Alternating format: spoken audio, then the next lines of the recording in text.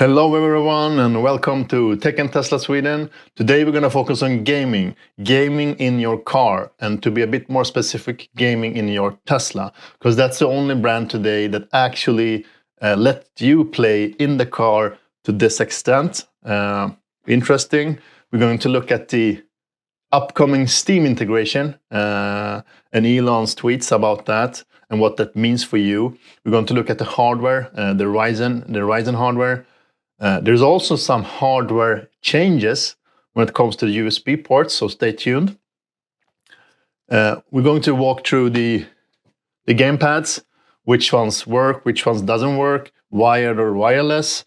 We're also going to check the full screen browser and what that means for you and how you activate that.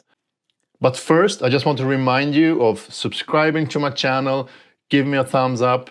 That will really help me to evolve and create more content for you guys. So let's go. Let's start looking at the hardware, the MCU 3.0. Currently all Teslas, the whole lineup is delivered with the Ryzen chipset. And that is a quad-core CPU, 12 nanometers, that delivers up to 10 teraflops of GPU power. And that's almost on par with the PS5. Not exactly, but a bit under the PS5 capacity. But that means that the computer is actually capable of a lot more than the simple games, Sonic, etc., in the current setup. And that's probably why Elon Musk is looking into the integration with Steam. And I think the release of the Steam integration is not too far away. And all cars with the Ryzen chipset should probably be able to play Steam games in the future with some extended external memory. And I will talk about the extended memory very soon, so stay tuned. So how do you know that you have the Ryzen chipset? I'm going to show you here. So what you do is that you enter the settings menu, enter the software menu, and from there is a blue link that says additional vehicle information. Press that, and in the middle you see the infotainment processor text.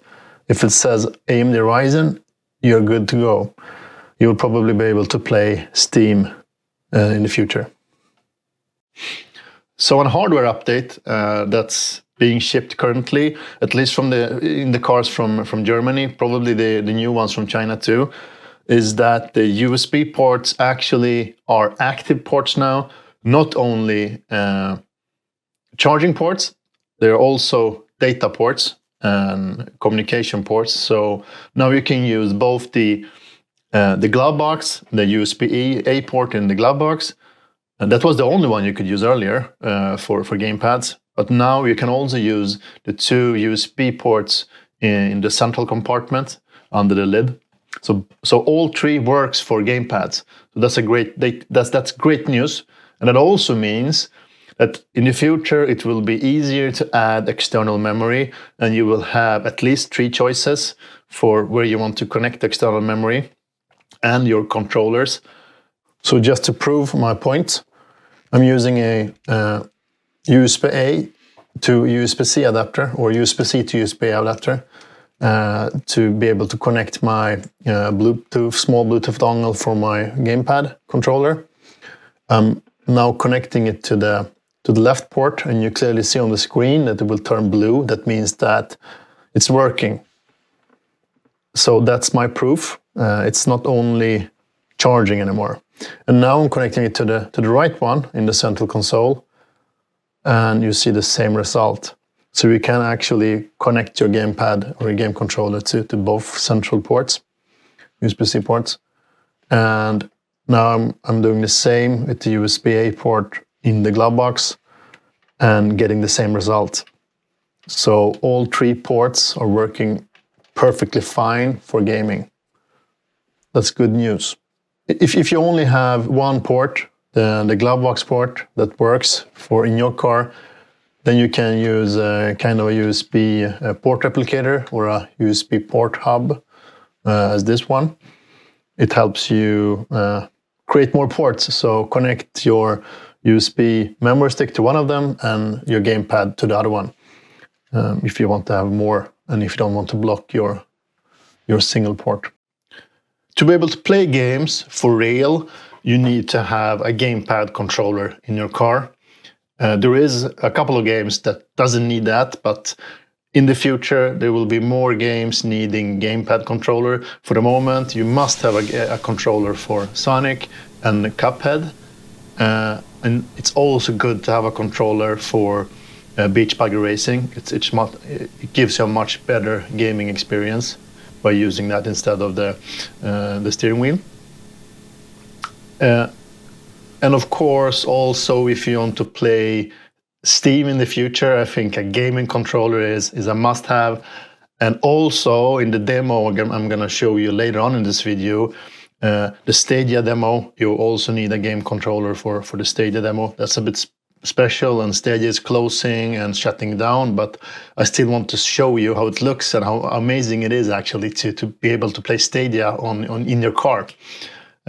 So let's go through the controllers. I have been trying a lot of different controllers since I started this investigation. I started up with wireless controllers, and I bought a 8-bit dongle. This is a Bluetooth dongle that connects to multiple different gamepads, both Xbox pads, PS4, PS5, Switch Pro, etc.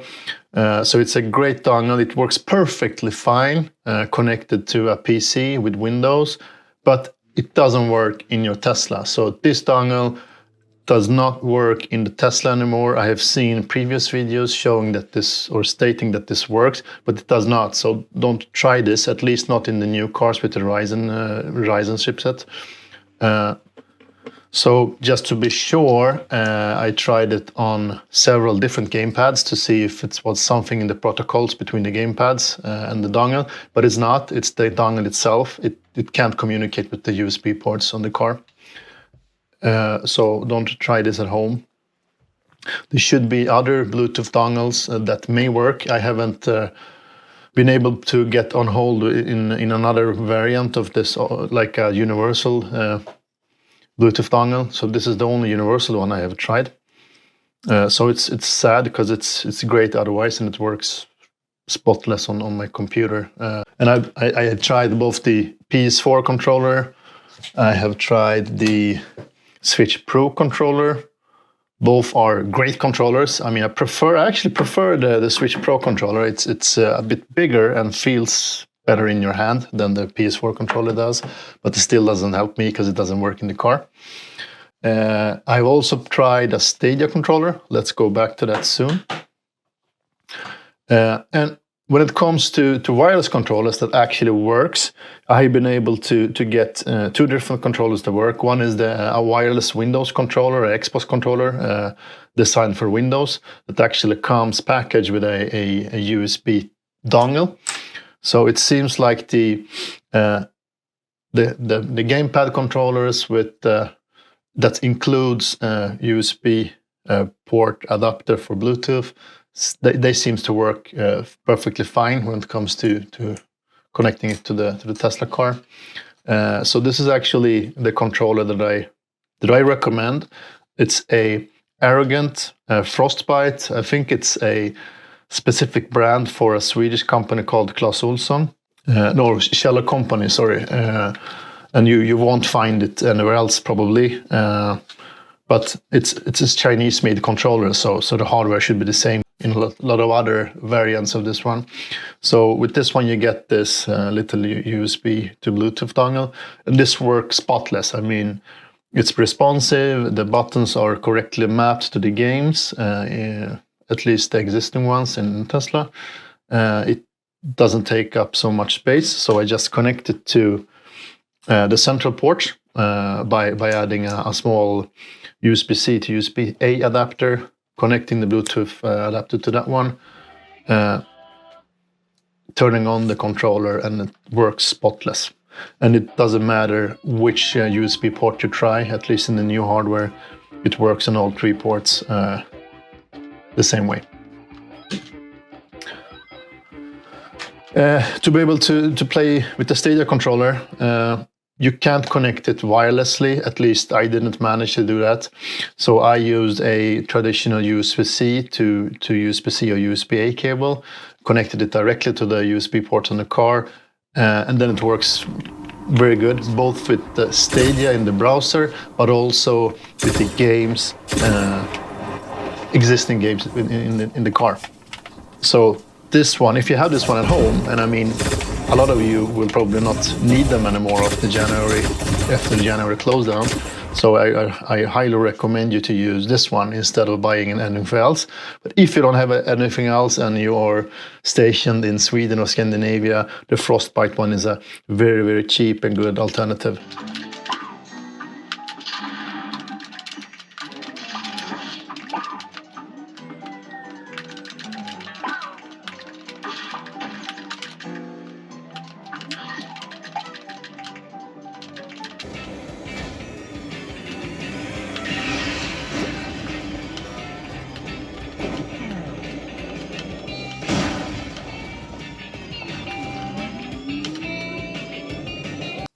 Steam.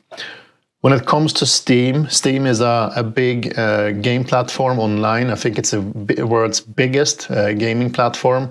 I guess some of you already, or a lot of you already have Steam account with a lot of games. You have your own library with purchased games earlier.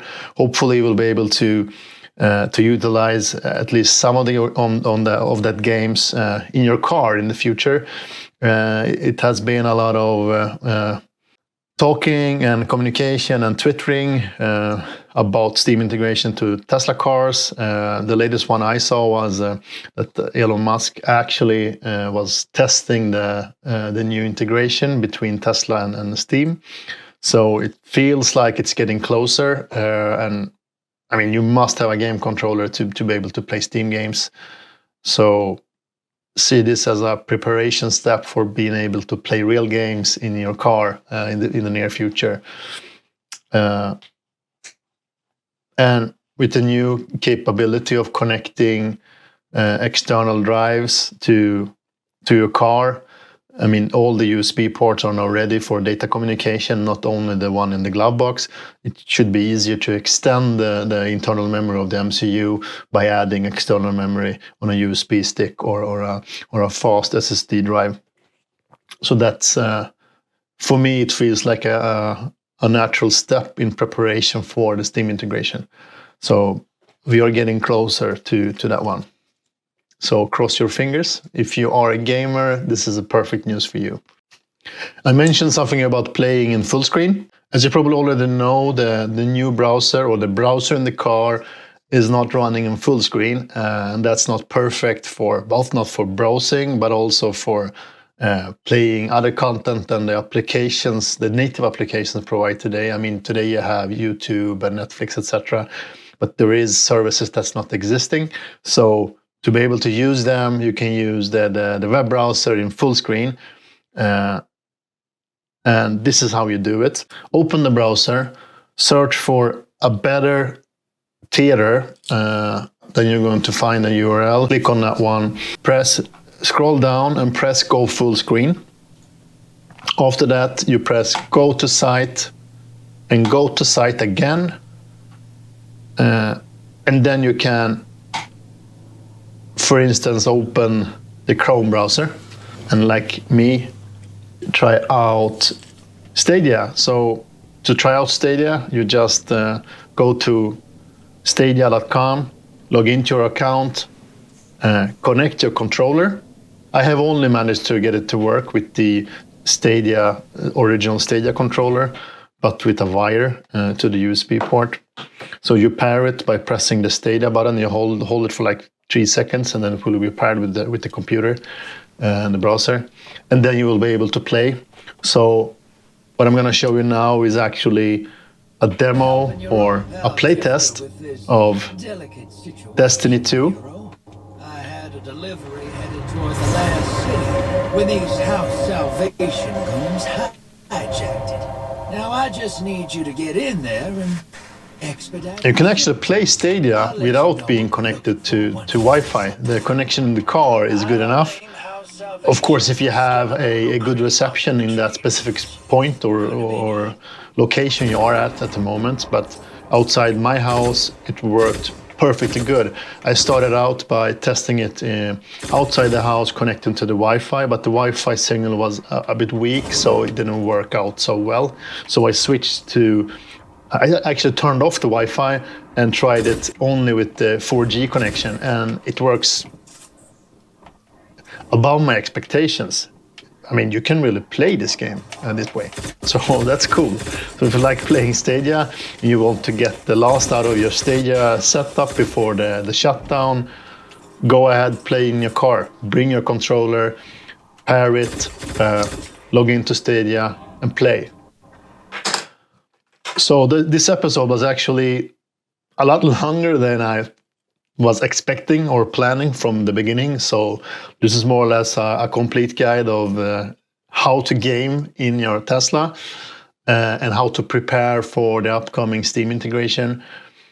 And I think it's the comprehensive guide of playing games in Tesla.